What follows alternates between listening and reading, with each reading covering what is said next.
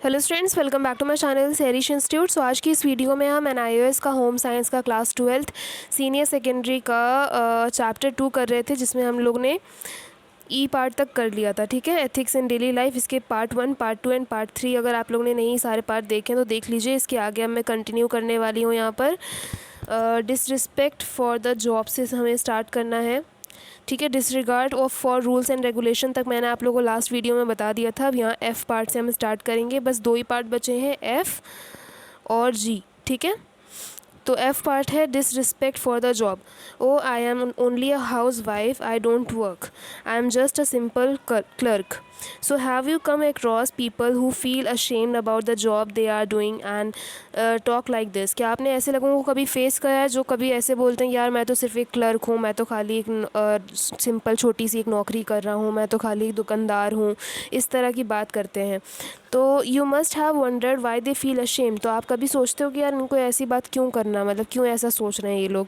तो in our society it is a common practice to consider some job respectable and other less respectable. तो यहाँ पे हमारी society में ये है कि थोड़ा सा जो हाई लेवल पर है वो उससे नीचे वाला लेवल वाला अपने आप को थोड़ा सा अशेम समझता है कि यार मैं उसके लेवल का नहीं हूँ। या फिर ये चीज़ जो है, मतलब कुछ रूल्स ऐसे बने हुए हैं कि कुछ नौकरी या कुछ काम ऐसे हैं जो कि रिस्पेक्टेबल वाले हैं और कुछ ऐसे हैं जो रिस्पेक्टेबल वाले इज़्ज़त वाले काम नहीं हैं। तो some job high and other lowly. As a result, many people, despite enjoying their work, do not want to tell other about it for the fear of being looked up down upon.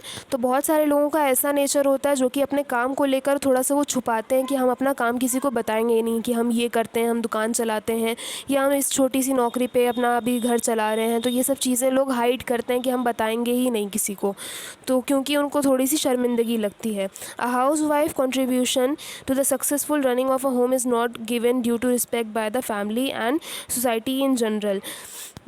तो बहुत सारे ऐसे जगह पर देखा गया कि जो हाउस वाइफ होती है जिसका बहुत बड़ा कंट्रीब्यूशन होता है उसके सक्सेसफुल घर में, क्योंकि वो पूरा घर चलाती है, तो उसको कहीं ना कहीं देखा जाता है कि रिस्पेक्ट नहीं दिया जाता वो जो उसको वो डिज़र्व करती है, क्योंकि वो जिस तरह से घर चलाती है उस काम को बहुत ही हल्का समझा जाता है।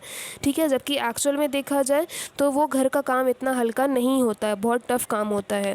तो let's take an example. A man selling drinking water on the road side. एक आदमी जो है पानी, पीने वाला पानी जो है रोड साइड पे बेच रहा है और उसको जो है प्राउड फील होता है। सो सिमिलरली पासर बाय, वहाँ से जो गुज़र रहे हैं, must not feel that supplying drinking water on the road side is a job to be looked down upon. तो जो उसके आसपास से गुज़र रहे लोग वो इस तरह से, इस नज़र से उस आदमी को नहीं देख रहे हैं कि वो उसको एक तरह से शर्म आनी चाहिए कि वो पानी बेच रहा है। जो हम सामने से गुज़र रहे हैं उस पानी वाले के, तो हम लोगों को ऐसा नहीं लगेगा कि वो कितना गलत काम कर रहा है। ठीक है, तो as a student of home science you should respect your course. तो इस तरह से आप होम साइंस के अगर स्टूडेंट हो तो आपको अपने कोर्स की रिस्पेक्ट करनी चाहिए। ठीक है, practical and career oriented, you must have realized the value of studying home science in the first lesson of your course. अब आता है हमारा जी पार्ट, डिसलॉयल्टी। ठीक है, डिसलॉयल होना। डिस्क्लोजिंग या फैमिली सीक्रेट, अपने फैमिली का कोई राज बाहर निकालना। ठीक है, मतलब दूसरे लोगों को बताना, पब्लिक में ये चीज़ फैलाना, बदनामी कराना, ये एक तरह से अपने फैमिली के साथ आप डिसलॉयल हो, ये कहा जाएगा। ठीक है, कि अपने फैमिली की कोई चीज़ें हैं जो प्राइवेट रहनी चाहिए लेकिन आप अपने दोस्तों को, यारों को, पड़ोसों को, पड़ोस वालों को, सब लोग को बता रहे हो। तो taking away common fund and setting up something for your self-interest is yet an other way of being disloyal to one's family. In offices, some staff members engage in activities that are harmful to the success of the organization they work for. For instance, a chemical engineering may quietly sell the secret formula for a new product to a rival company for some quick extra money. तो यहाँ पे example दिया, जैसे कि एक chemical engineer है जो कि चुपके से कंपनी का एक सीक्रेट फार्मूला जो है दूसरी कंपनी के साथ शेयर कर देता है ताकि उसके थोड़े पैसे बन सकें। पैसे के नाम पर जो है उसने एक सीक्रेट फार्मूला अपनी कंपनी का बाहर रिवील कर दिया दूसरी कंपनी के साथ। तो ये चीज़ भी डिसलॉयल्टी में आती है। इसी तरह से बाकी भी एग्जांपल्स यहीं पे दिए हुए हैं, चीटिंग का, किसी के साथ चीट करना, धोखा देना, ये सब सारी चीज़ें हमारी डिसलॉयल्टी में आती है। ठीक है, आप लोग इसको एक बार रीड कर लीजिएगा। अब मेन चीज़ पे आ जाते हैं, कोड ऑफ एथिक्स। ठीक है, तो most of the problems discussed in the previous section can be overcome. इस तरह की प्रॉब्लम्स जो है हमारे लाइफ में आ सकती है अगर हमारा बिहेवियर सही ना हो तो। A list of clearly stated rules, standards and principles to guide our behavior at home and at public is called a code of ethic।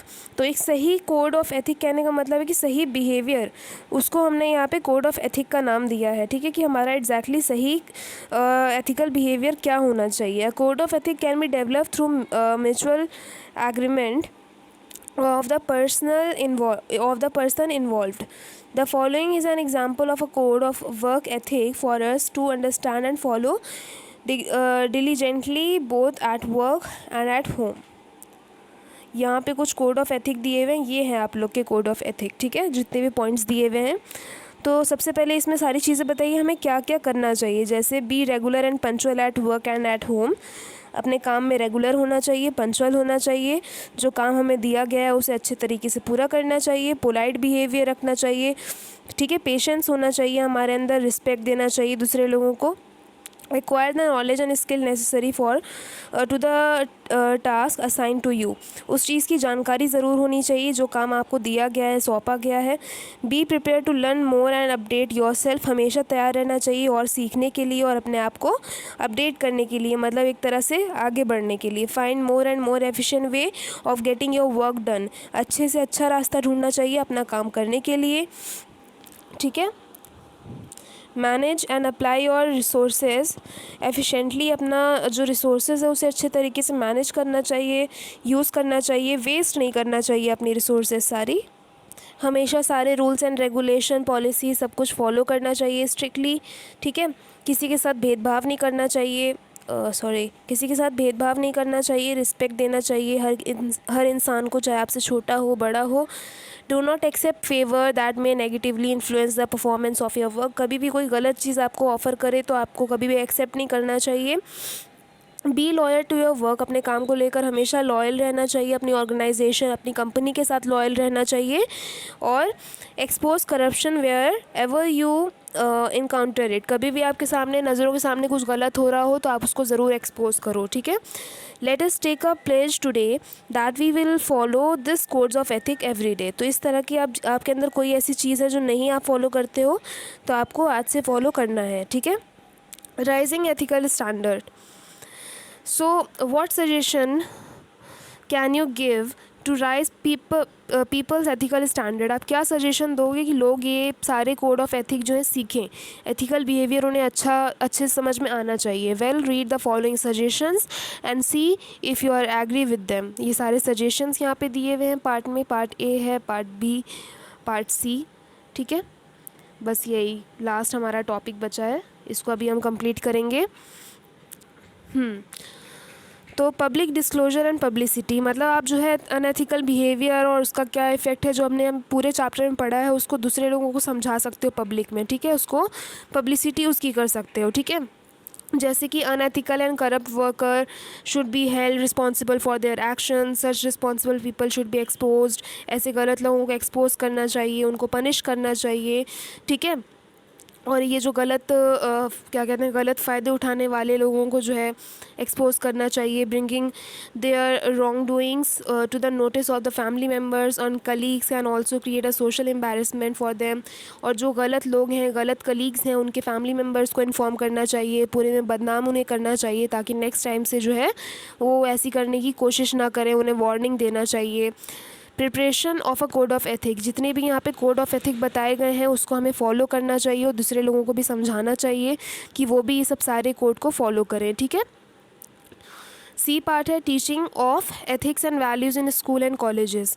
सारे ये जो एथिक्स की जितनी भी चीज़ें हमने पूरे चैप्टर में पढ़ी है, इनके सबके वैल्यू क्या हैं, इसके डिसएडवांटेजेस क्या हैं, अगर हम उनको फॉलो नहीं करते हैं तो क्या क्या गलत होगा हमारे साथ और सामने वाले के साथ, ये सब कुछ जो है हमें अपने स्कूल में, कॉलेजेस में जो है सब बच्चों को, सबको सिखाना चाहिए, स्टूडेंट्स को, ताकि अभी से वो लोग फॉलो करें तो लाइफ टाइम उनकी ये चीज़ की हैबिट बनी रहेगी। तो यही सारी चीज़ें जो इस पैराग्राफ में बताई गई है, एक बार आप लोग रीड कर लीजिएगा। बाकी लास्ट में बोला है after going through this lesson you have learn more about ethics and ethical practices. Don't you think that we should follow a code of ethic to improve a personal and professional life. तो ये हमारे obviously सारे code of ethics, सारी अच्छी habits जो है हमें follow करनी चाहिए, ठीक है। अगर आपके अंदर नहीं है तो आप लोग फॉलो करिए। यहाँ पे छोटा सा टेबल दिया है, इसको भी एक बार देख लीजिएगा। बाकी क्वेश्चन है इसे एक बार सॉल्व करिएगा ताकि आप लोग की प्रैक्टिस हो जाए।